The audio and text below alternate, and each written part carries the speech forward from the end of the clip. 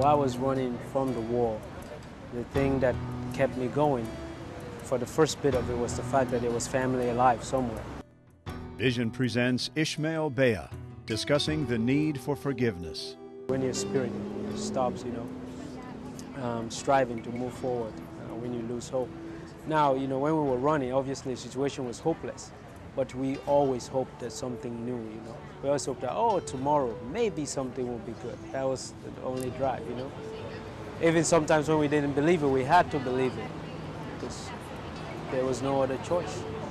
Because when I was a kid, my father used to tell me this a lot, and I remember is that once you're alive, there's a possibility for something to change in your life. Now it could be good or bad, but something will change. And so for me, I was, when I was running, I also had that in me, that if I'm still alive, that there is still hope that this could end, that I could survive this. That didn't turn out to be the case for quite a while, but But eventually. Eventually it did, exactly, yes.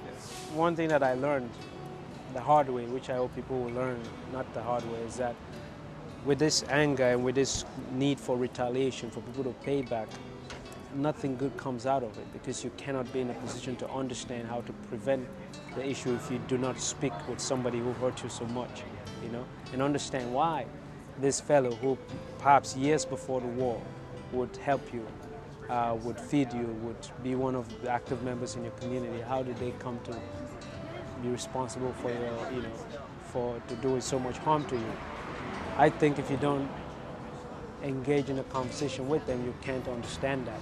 I think a lot of people think of forgiving and forgetting comes with a lot of people. They think forgiving is forgetting everything. From my personal perspective, it's not. Forgiving is, I think it's the, in my opinion, it's the ability to be willing to put a stop to the continuation of violence itself. To say that, okay, however difficult it is, I'm going to stop seeing my neighbor as a perpetual thief or a perpetual killer, because once you do so, you actually will live in peace as well with yourself and with your neighbor. So forgiving also comes from rebuilding, empowering people so they can continue on with their life, So there's also that aspect of it. But it's not forgetting at all. I think, being aware of this allows us to be in a position to not see it happen again, to be in a position to pinpoint it when things are about to erupt again. Necessarily not to be obsessed with it, but to have in the back of your mind as a constant reminder of the sort of how fragile life is, which becomes very apparent when you find yourself in a conflict situation, that life is really fragile, that you're not in control as much as you think you are, but that only by working as a community can you even be in a better control. They have a short-term goal, which is that they rehabilitate the child and they drop them into society. There needs to be a follow-up. So that's also very important. Just putting the kid through the process of psychological therapy and things like that is not enough. You have to give them something to want to live for. They have to go to school to learn something.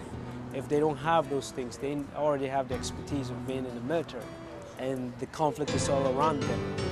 The tendency to go back is greater.